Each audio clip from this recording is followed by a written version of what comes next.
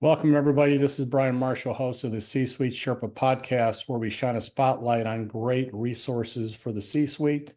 And we've got a really good one today. So I'm excited to introduce Phillippe. So Phillippe, tell us a little bit about yourself, your business, and who you work with. Yeah, so my name is Phillippe Bouissou. I have been in Silicon Valley for 34 years. I am the founder and CEO of a management consulting firm called Blue Dots Partners, and we help company grow faster. That's our mission, and that's our focus, and that's our obsession, actually. Great. Phillippe, you got to talk about your book before we're done here today. Phillippe was kind enough to send me a copy of his book, and I had a chance to go through it. And I can't wait to read it cover to cover. Phillippe, tell us, maybe start off with a little bit about Blue Dot. What is the philosophy? And then why would someone watching this care to learn more about that? Yeah, it's a great question. We are addressing, I believe, the most vexing and difficult challenge that any entrepreneur, any CEO, any business leader is facing. And the challenge is, what do I do on Monday morning at 8 o'clock to grow my business? And it's a deceptively simple question, but extremely difficult to address. It's a bit like saying, what do I do on Monday morning at 8 o'clock to be a good parent? There's thousands of books, but I've been on 23 boards and I've been so frustrated by the lack of clarity on why a business is not growing as fast as it could. Then I got this idea of alignment about 10 years ago, and we started a firm and we've been helping companies based on this very unique approach to solving that very difficult problem. So if I'm an executive board member, CEO, entrepreneur, this is something I should pay attention to. If you care about growing, if you don't want to grow and you're happy if you then want to that's grow. fine, there's nothing wrong. But if you want to grow, then you need to ask yourself, what do I need to do? Tell us about the philosophy. What is it specifically when you talk about helping companies grow? How do you do that?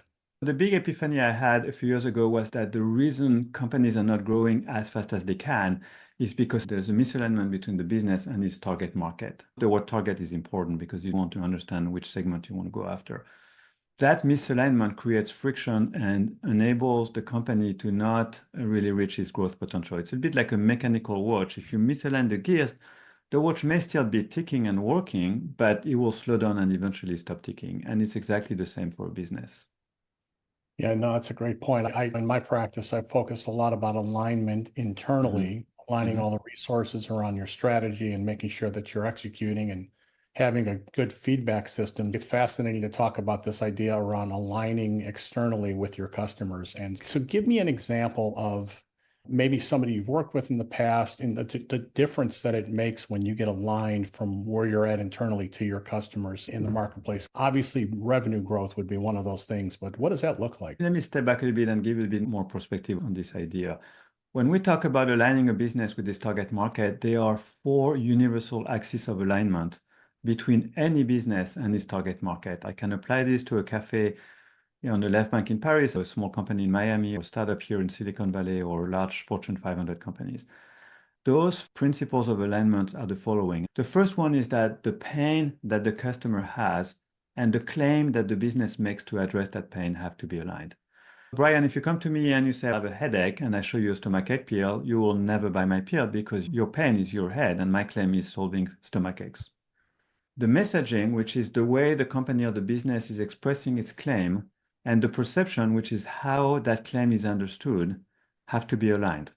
Imagine I have the right pill for your headache and I describe it to you in Korean. I'm assuming you don't speak Korean.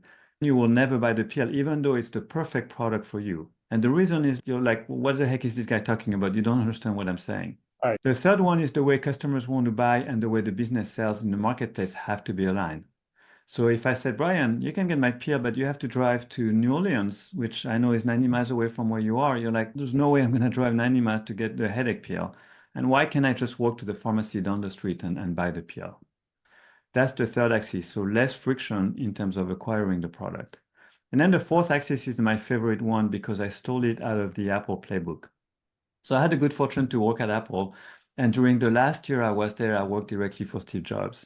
And I learned a lot of interesting lessons from Steve, but one of them really struck me and became the foundation of that fourth axis.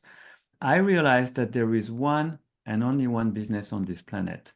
Everybody is in the exact same business. What you're doing with your business, what we're doing at Blue Dots, what Apple is doing and American Airlines is doing is exactly the same thing. And that unique business is the manufacturing and delivery of delight.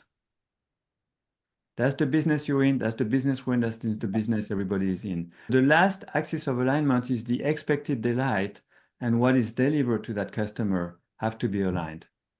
If you want to grow a business, you need to make sure that it's perfectly aligned along those four universal axes. The claim that you're making as a business needs to align with the pain of the customer. The messaging, which is how you express your claim, needs to be aligned with the perception, which is how it's understood. The way you sell in the marketplace has to be aligned with the way customers want to buy. And then finally, what you deliver to your customers have to be aligned with the expected delight that they have.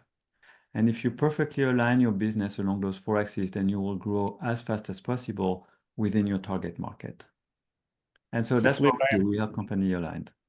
I have to admit, you make it sound so simple, but my guess It is is. it's actually a big challenge. And is the challenge the perspective that a leader has to take to achieve this, or what is the biggest challenge you face as you bring this message out and talk to clients? The challenge is they understand those four principles of alignment very quickly. It's common sense. And I'm kicking myself because it took me 25 years to figure this out. Simplicity is really hard. Right. The biggest challenge that CEOs face, the CEOs we work with, they tend to say, I understand I'm misaligned somewhere. We help them figure out where they are misaligned using tools, data, and analysis we've developed. But the hard part is they need to implement the growth playbook and change. Because if they don't change and they like the status quo, then they should never hire us. Fine, but you're not going to grow as fast as you can, which is perfectly okay. I don't have judgment about this.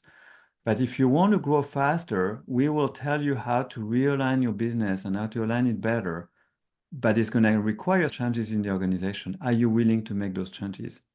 And of course, they always say yes at the beginning of the project. And then when we give them the growth playbook, it's I didn't know I needed to do this and I need to hire this guy, fire that guy, change my pricing and so on. The most successful clients we have are the ones that execute the growth playbook exactly the way it is. The analogy I always use is we're a doctor.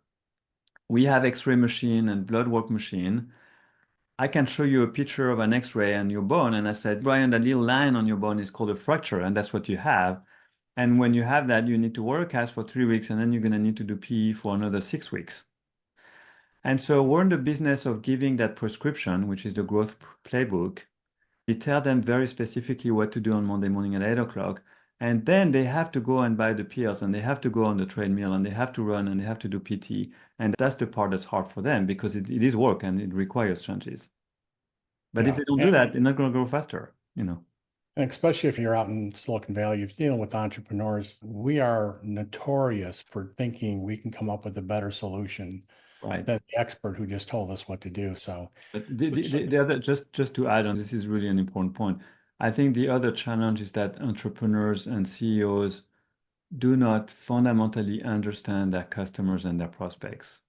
They think they do, but they don't. So what we do is we talk to prospects and customers. We are completely neutral and objective. We discover what we call the market truth, which is the reason people buy, or more importantly, the reason they don't buy. We report that back to the management team, and they are always surprised. They're like, oh, I can't believe this guy didn't buy because of that. And it's very hard for an executive team to get the market truth because they are so anxious about the answer. We need to bring that market truth to them, and that always opens their eyes. And then comes the data that analyze the alignment. We measure coefficients of alignment. It's pretty sophisticated. So they don't actually argue with us in terms of the diagnostic and then the prescription. Again, the hard part is to actually do the work after that. yeah, that's always the hardest part. There are a lot of things that cause us to not be focused. One last Yes. question, and then we're going to jump into something a little bit fun here. I'm curious, especially where you're at and seeing how things are changing quickly. It's been my experience that the world is changing so quickly that a lot of leaders I work with are saying, no matter how hard I work, I can't catch up. I can never get ahead. I'm falling further and further behind. Are you seeing that? And if you are, then how does this help them cut through all that noise and stay focused? So the paradox and the tension is that on one level, things are changing extremely fast. And I've been in Silicon Valley for 34 years. AI is the biggest, more profound change I've ever seen. I was talking to Steve Wozniak not too long ago, and Steve was telling me, he said, AI is more impactful than what we did when I studied Apple and the PC revolution and then client servers and then the internet and the mobile. It is the most dramatic technology change I've ever seen. And then the other thing he said, which I thought was very insightful, he said, and AI is working so well, but we don't fundamentally understand why. And that disturbs me a great deal. I thought it was really interesting. The tension is that on one level, the technology is changing the way people change. The pandemic has changed a lot of behavior, buying behavior and prospecting. On another level, those four principles of alignment I mentioned are truly universal and static. You still have to have a claim, and that claim needs to address a pain to a customer. The world is changing very quickly, but if you stay focused on the four principles of alignment for your target market, you'll be fine. You'll be growing and thriving and successful. And that's why we tell all our clients is that don't focus on the technology change, because the technology change will make your customer change and they will want a different offering. It's on you to reshape your claim so that you can address that new demand. And that's what their job is all about. I think the biggest challenge is the distraction factor, and it's really easy to get distracted. I've also found that if you're really serious about solving a problem, you'll find a way to fix it. Otherwise, Right. you'll just find another excuse, and that's what happens in leadership. We have a lot of excuses. The other thing, Right, Brian, I cool. want to pick up, you said people lose focus. Right. And I've been a venture capitalist. I looked at 2,300 companies, and I read a lot of death certificates of businesses, many hundreds of thousands. And they always die for the same reason. The number one cause of death for startups is lack of focus. They try to address every single demand that every single of their prospect is asking for, and that dilute who they are, and they forget who they are, get lost, and die because they cannot raise money, and that's the problem. So do just a few things really well, and then you can think about expansion. And that's what Apple is all about. Apple did the iPhone really well, and then now the iPhone is a very complex ecosystem. But we didn't start with that. We started with a simple product that was doing simple things for everybody.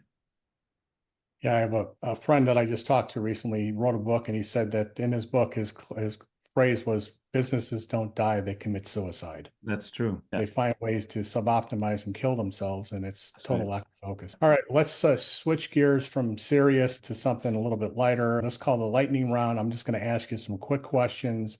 It's a chance for us to learn a little bit about you personally. So if you're ready, I'll go ahead and get started. I am ready. All right, so here we go. Coffee or tea? Coffee. Cats or Dogs. If you can only grab one thing during the zombie apocalypse, what would it be? My hard drive. Your hard drive. Okay. I'm What a about, military brat. All my life is one hard drive. That's it. I don't there need you any. go. Do you have a favorite quote or phrase that you think about often? Success is a lousy teacher. Bill Gates said that. Failure is the best teacher. It happens to be really expensive. How about you probably don't have any time to watch movies or TV. Do you have a favorite movie or streaming series that you're watching? The Last Emperor was a movie that I really loved. I decided to travel to China after watching that movie. I thought it was so well done. Oh, But there are wow. so many good movies out there. Now, you've accomplished a lot in your life. So give me a bucket list item that you've already accomplished. I've done 1,000 skydives. I'm a drummer. I play tennis. I love tennis. I try to spend as much time as I can with my family, and I try to help people as much as I can because I love Yeah, people. right.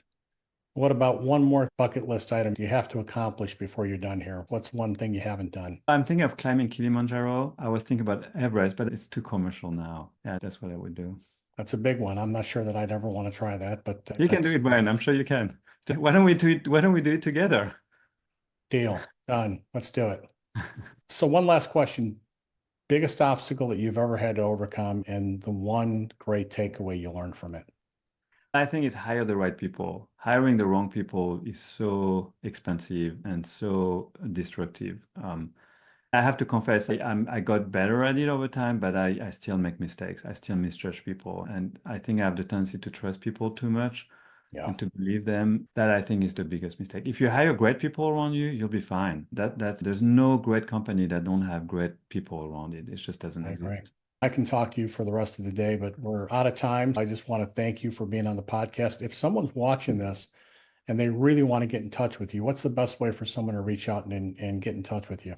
The best way is to connect with me on LinkedIn at Phillippe Bouissou, or they can go to bluedotspartners.com. There's my email address on there. They can connect with me. If they can't sleep at night, they can always read my book. That will make them fall asleep quickly, and it's better than medicine and cheaper. There is no risk of getting addicted to it, that I guarantee. That's great. How would someone get your book? How Yeah, would it's on Amazon. It's on Amazon. And also they can watch a TED. I gave a TED talk last year, which got 1 million views, and they can just search Phillippe Bouissou on YouTube and they'll find it. And we'll give them a good introduction in 14 minutes of what we do. That's awesome. Phillippe, it's great to have you on the show. You're Thank you so much. You're a very humble overachiever. I'm very impressed with what you've done. I'm going to go ahead and post all that information on our YouTube channel where we'll post the video. If you didn't get a chance to write that down, look in the description on the video and you'll see all of Phillippe's contact information. Thank you, Brian. Really appreciate it. It's a pleasure being on your show and it's a great podcast. Thank you so much.